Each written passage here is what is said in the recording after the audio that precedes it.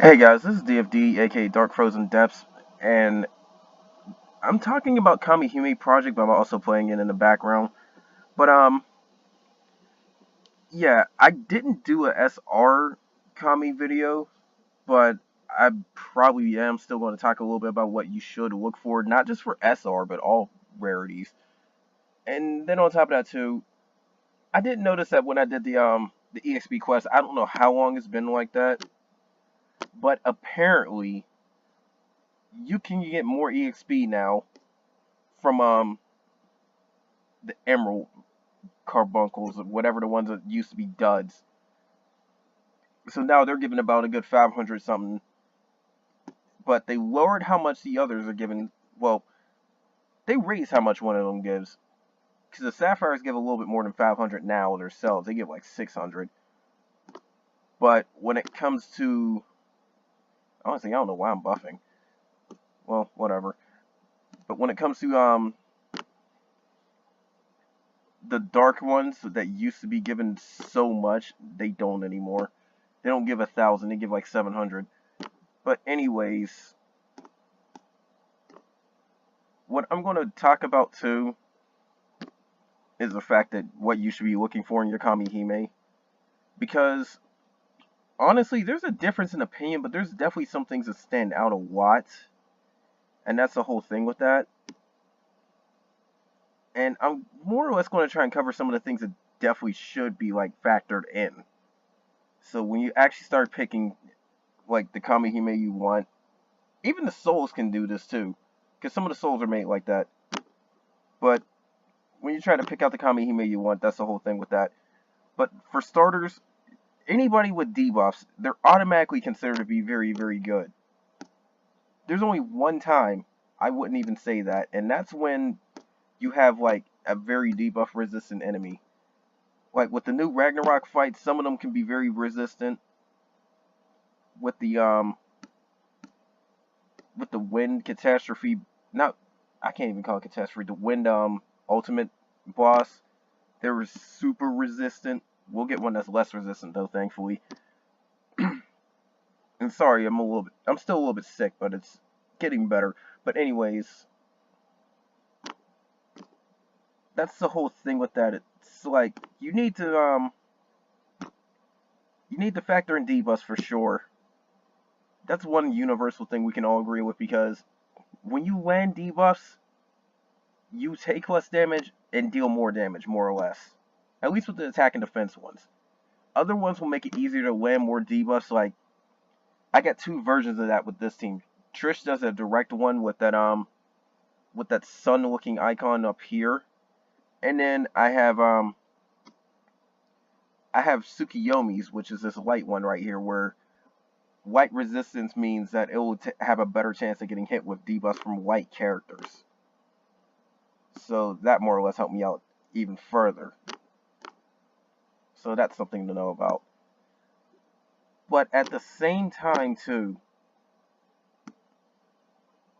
there's still other debuffs that can more or less help you out. Like I can put blind on enemies, and that can help me out a bit. There's also the fact that I can also put dizzy on enemies from time to time. It depends on if one of these add-ons do that. Debuffs that can delay turns or manipulate them can also be useful as well. So that's something else to keep your eyes out for. And then on top of that too is the fact that debuffs in general will still help you out in some way usually. Especially paralysis. That's a very, very valued one, because it just flat out prevents them from doing anything if it sticks. Generally for about 15 seconds, but you can see a 30-second one from Thor if you upgrade them. And then the biggest thing too is the fact that I still got a turn before that. The biggest thing too is the fact that you can like I said, you deal more damage, you take less damage, and you can stack them up to 50%. They come in different frames, basically. Some frames are easily better than others. I keep putting this critical on Thor just because of the fact that not Hercules, because she does a lot more. I said Thor because I started thinking about her. But That's the whole thing with that. And I'm not even going to do it for the first round, just to see how much damage to do. That's interesting. But that's the whole thing. It's like when you start getting all these debuffs working together, it can really cripple an enemy. There's some cases where I took little to no damage just off of the debuffs alone. So that's the first thing to factor in.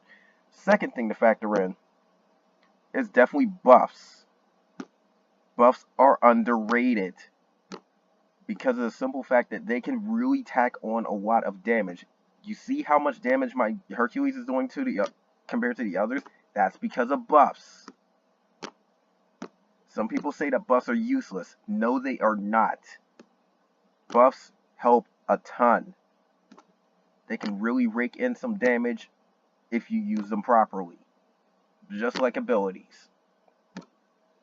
Like for instance, without these buffs, guess what? Herc wouldn't be hitting that hard. Now, granted, the stackable frames tend to be more powerful in the buff department than the other ones, but at the same time, all buffs still have their uses. There's some that cut damage, some that help you deal more damage, some that make you resistant to status effects and all that. Every buff has its place. You just need to use it in certain fights. Like for instance, Trish gets a buff when she bursts where she'll sip and get a barrier that prevents her from taking, I think, about 3,000 damage, which is a big deal. Buffs can do a lot for you. Do not underestimate them, especially when you do them like I did. I stacked buffs for my Adolans and my team, and I really cranked out some burst damage. To be quite honest, if I had Michael in my front line instead of Soul, I would do more damage than this and probably would have outright killed this boss. Buffs do a lot. Do not underestimate them. That is the biggest thing. Especially if they're buffs that can give you a lot of power. Like, say, even though it takes a long time, that's why I kind of like Light Nikke's little system with her buffs, because you can stack them to get a lot of freaking use out of them. Because she had a little system where she puts like certain buff icons on characters, and the more you get, the more powerful she gets and they get as well. Because she can do some more powerful stuff with all that. That's the whole thing. Buffs can do you a lot of very, very good things. Hey, I think this is an ancient tiara. Yep, I got an ancient. Nice. But that's the whole thing with that. Buffs, very, very strong, very, very good. Do not underestimate them. They can help you out. Some can even save your life because that's where all your damage cuts are. But yeah. Not to mention, Herc got a few good buffs for herself too. Some self buffs can really do a lot. I nearly doubled Herc's damage just off of all her self buffing. And then Soul has a team buff that comes with her one of her debuffs where she'll heal more, getting more potency out of her heals. But something else that you should also consider, because I just mentioned it, is healing. And I'm getting lucky. I'm getting a few Monarch armors. Healing is another thing that you absolutely must need on the higher content. I may not even need it right now for this, because I probably could put in Michael instead of Soul just to speed things up, but I don't care as long as I clear things. But healing definitely helps you out. And the more powerful the heal, the better off it is. Because when your HP starts getting pretty high, heals start tapering off quite a bit. Especially considering that heals weren't exactly all that potent to begin with in this game. Because you get Nikke at the start and you can heal like 750. Your HP is probably a little bit over 1,000 at that point. But you see how mine is right now, where it's like, how did I pick Trish? Or Tish. I keep calling her Trish. But my heals will scrape out like maybe 1/8 of my health, and that's with Soul having super powerful buffs. Like anywhere between 1/8 to 1/6. And that's the whole thing with that. Heals can taper off, but you still need them. Because it's more damage you can sustain. And believe me when I say this, enemy can hit pretty freaking hard. They can really do some damage to you, and you do not want that. The only two ways to really counter that is healing and buffs that can flat out cut damage. But anyways, moving on to the next thing that you definitely should be looking forward to. Definitely pay attention to some of the ability damage that some of these guys can actually do, because some of them are AoE, which is good for stuff like this when you're trying to clear out trash. And then others are just raw damage nukes. Like for instance, Artemis can do it for one enemy. If it's multiple, it'll be spread out. But Herc, she just smites things. Herc just flat out smites it. And ability damage is a little bit underrated too, because let's face it, it's still extra damage you can do over time. And some characters are definitely way better at it than others. When you upgrade Sevarog, she can do abilities every 3 turns. All of them. That is a big deal. Because one of them can spike her ability damage the more she stacks it. Along with the fact that she can also do a strong ability damage nuke every 3 turns. It is a powerful combination. And that's another thing that you really have to pay attention to, is ability damage. Some of them even do some special effects, like even debuffing as well. Like, for instance, I have Tsukiyomi here. Ability damage, especially towards dark enemies, and then she'll debuff. Tristria, however you pronounce her. Same thing. Abilities are a little bit underrated. At least when it comes to ability damage. It's a little underrated. Something you should really consider as well. And then a lot of them have some very good synergy with each other too, if you use them correctly.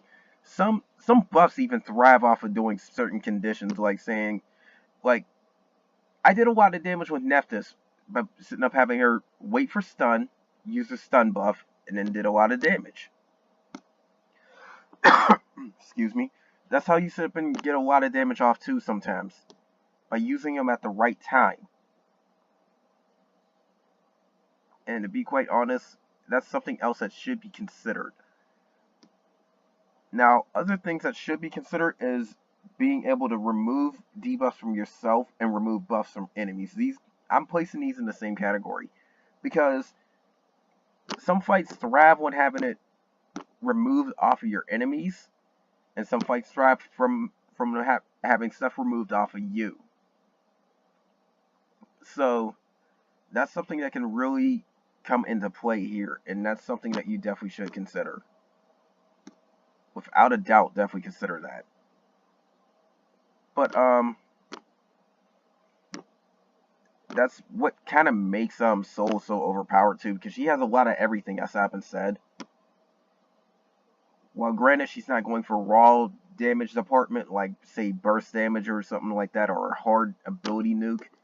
She's got a little of everything, and that's why she's so highly valued. Especially when you awaken her, it gets insane. But that's the whole thing. Being able to remove buffs and remove debuffs.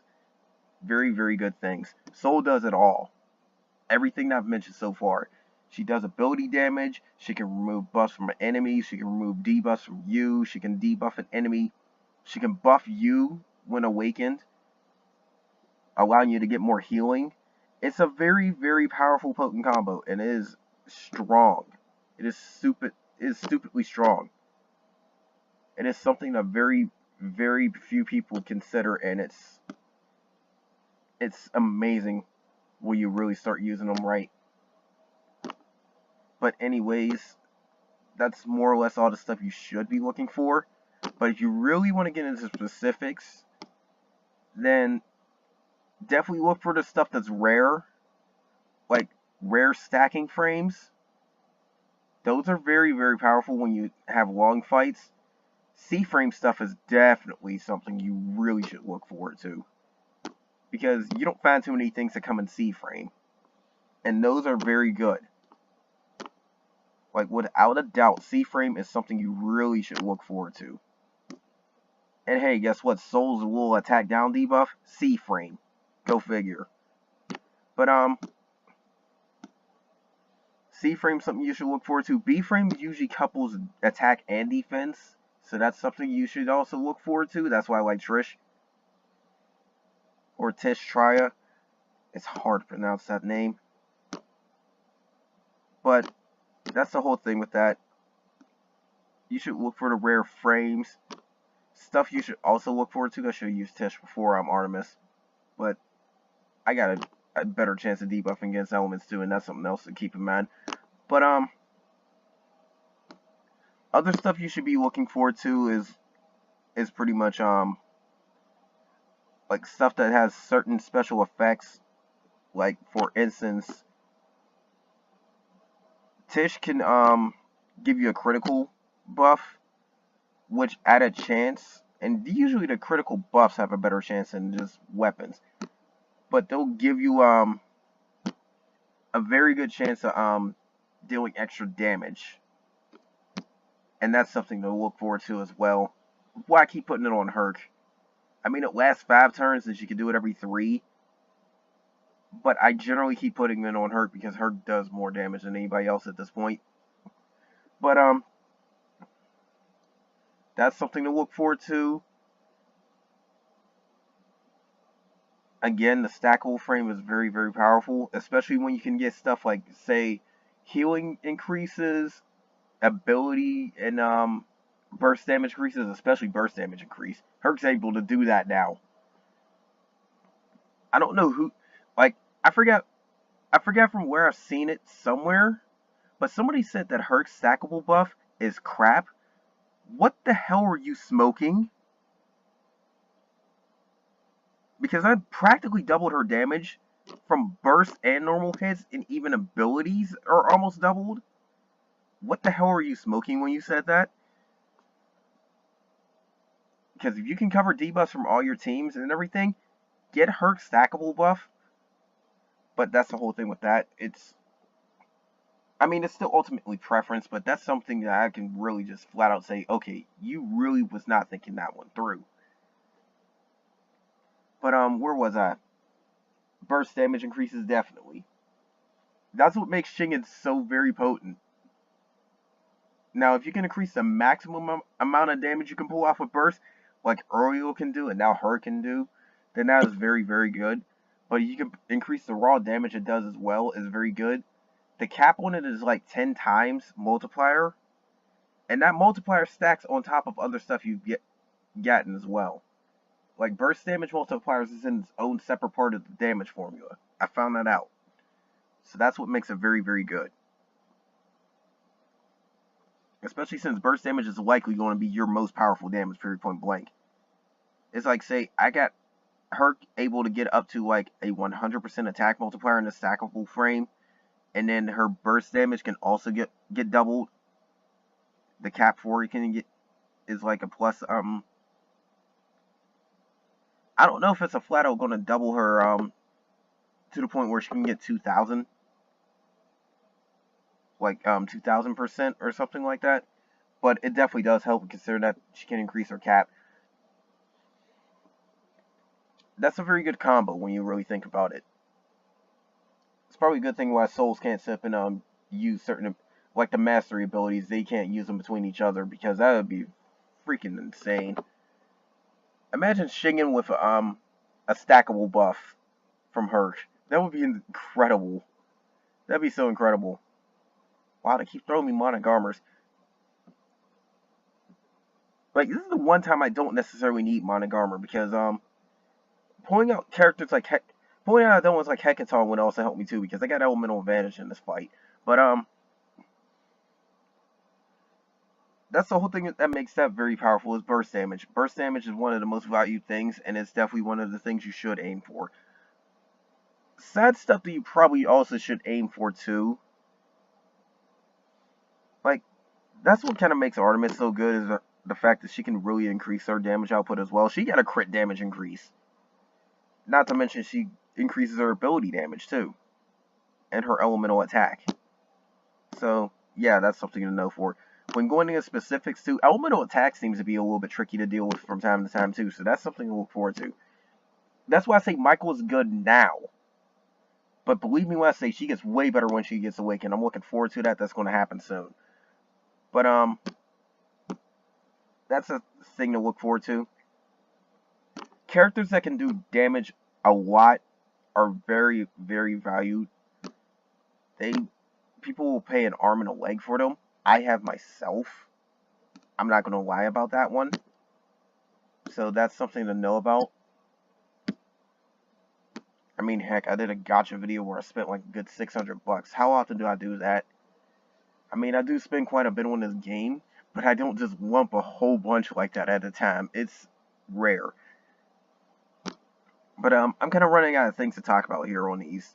I more or less covered what I wanted to say about that, but then there's still synergy behind all of it too, because let's face it, Triss got a B frame attack down, Soul's got a C frame attack down. Hey, guess what? They work together pretty well. That was obvious. Not to mention, there's still a cap that you can hit as well. And that's the one thing I kind of don't like. When you do an elemental resistance, it counts as defense. Like, Tsukiyomi's 15% elemental resistance counts as defense in like a completely separate section.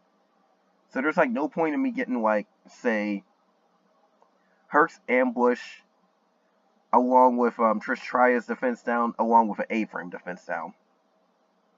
Or a C frame defense down. There's no point in me getting all three of those. And then when Herc does her burst, her defense down kind of overrides some of that too. So, because it goes in that one frame.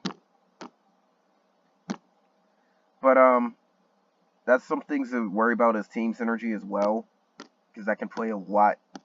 I have a very well synergized light team. To be quite honest, even if I don't go for the meta later down the line, these guys will still last me, because I've got a lot of crap with between all of these. Not to mention, if I fight a dark enemy, they're going to have a field day on these guys. Because not only they're going to heighten damage, but something else to know is elemental resistances play into when you're buffing and debuffing. Interestingly enough, if I take on a light enemy, I have the worst chance of debuffing.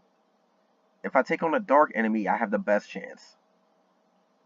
So go figure on that one. But at the same time, if they were weak against an element, then that would be their worst chance. Because that's pretty bad. Not only would they be taking more damage if that was the case, but also they wouldn't debuff as well. The only exception to the rule would happen to be the phantom enemies. Because they can do a lot against phantom enemies. Sure, they're taking more damage, but every team will definitely take way less time trying to debuff. Of course, it still depends on their resistances. If they got like ultimate resistance or something like that, that sucks. That really sucks. But elemental factors definitely play. That's a big thing. So that's something to know when you're buffing and debuffing. That's something else to keep in mind too. But anyways, that's all I got to say about all the buffing and debuffing and whatnot. I can't really do too much more with this. You know what? I'm just going to waste this. Well, no. If it outright kills, then I think I need this mana thing so they can combo more. That didn't outright kill. Soul is expendable because she deals less damage. Soul's expendable. I had to plan that out. But, anyways, that's all I got for this video. Because I wanted to talk about a lot of things to look forward to in different types of buffs and debuffs and Kamihime situations. Even Souls, because that influences them too. Mordred comes with a smorgasbord of debuffs. But Herc comes with a ton of self-buffs. But then again, you have somebody like Shingen who comes with, oh, you guessed it, a lot of burst damage buffs. Or burst-oriented ones, because she gives you combo rate too, which is very good.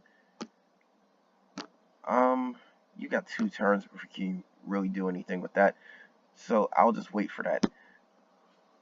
And I also have to do a lot of planning with this stuff too. That's the whole thing with that. But, yeah, I don't really have too much more to talk about with this video. I'm kind of delaying a little bit of stuff too, because it's kind of like hard to focus on the game and talk at the same time.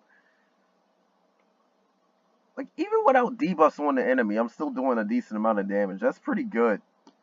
But now it's really about to go overboard. But anyways, I might as well just let this stage play out too. I don't really have anything else to talk about when it comes to like looking for certain characters and even souls. So, and she hardly misses too with that, but I don't think it's a setback if she does, because I'm going up against a dark enemy. I still can do a lot, but between Trish and Artemis, I think I'm hitting like maybe about 30%, but I still dish out so much damage. It doesn't even matter. You know what? I'm gonna hold off one turn, just so I can nuke the crap out of her raging. You got to get a little bit of planning on this one too. So now you can toss this in. I can summon again if I really need to. And actually, I think I will, because Hurt gets more damage off of buffs stacked on her. And now I can go nuke the ever-loving piss out of her.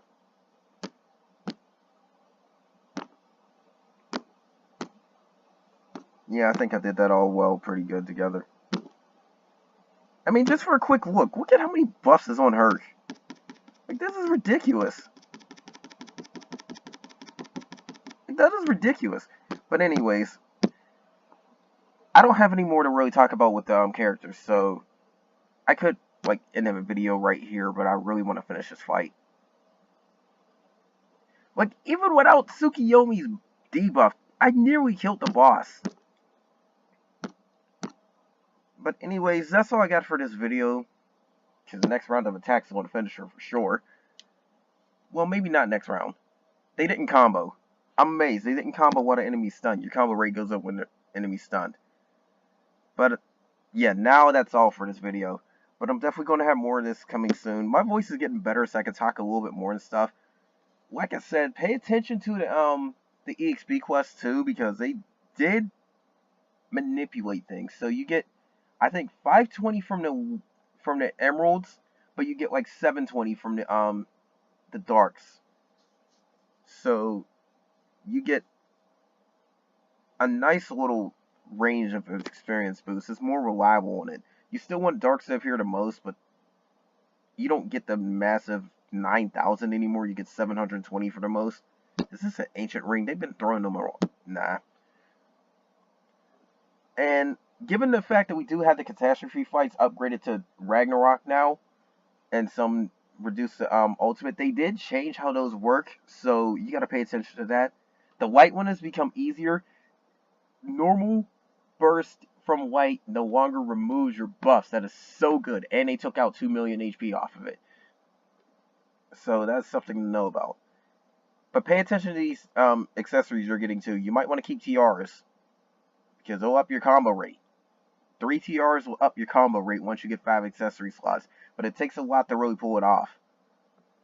I think I only got like 2 magnet canvases at this point, and I really could use some more. But I also got to worry about the event raids too. So that's something to know about. But I'm also still doing accessory quests, because, you know, hey, 5 shots at it, why not? But anyways, that's all for this video. I'm going to keep going through the accessory quest, because quite frankly, I can do a lot with it right now. And even though I can talk more, my throat still bothers me from time to time. That's why I've been coughing more or less. I still got most of that crap out of my system. I can't tell if I had a cold or the flu or whatever. But this video's going on long enough. It's been like 30 minutes of this stuff too. And if I don't see a mana, I swear to... Wait. Why's Thunderbird listed for white? You should be for Okay, that's weird. I didn't know you could set it like that. But anyways, there's no point in that Rage Dragoon. I'm trying to think who I'm going to have for the next round. It's looking like Archangel, because I don't need elemental attack having the advantage now. I need character attack more. But that's all for this video, guys. More Kamihime projects definitely going to come soon, because I got to start doing more of the catastrophe fights now that we got Ragnarok, because the ultimates have changed too. But anyways, that's all for now, guys. Take care.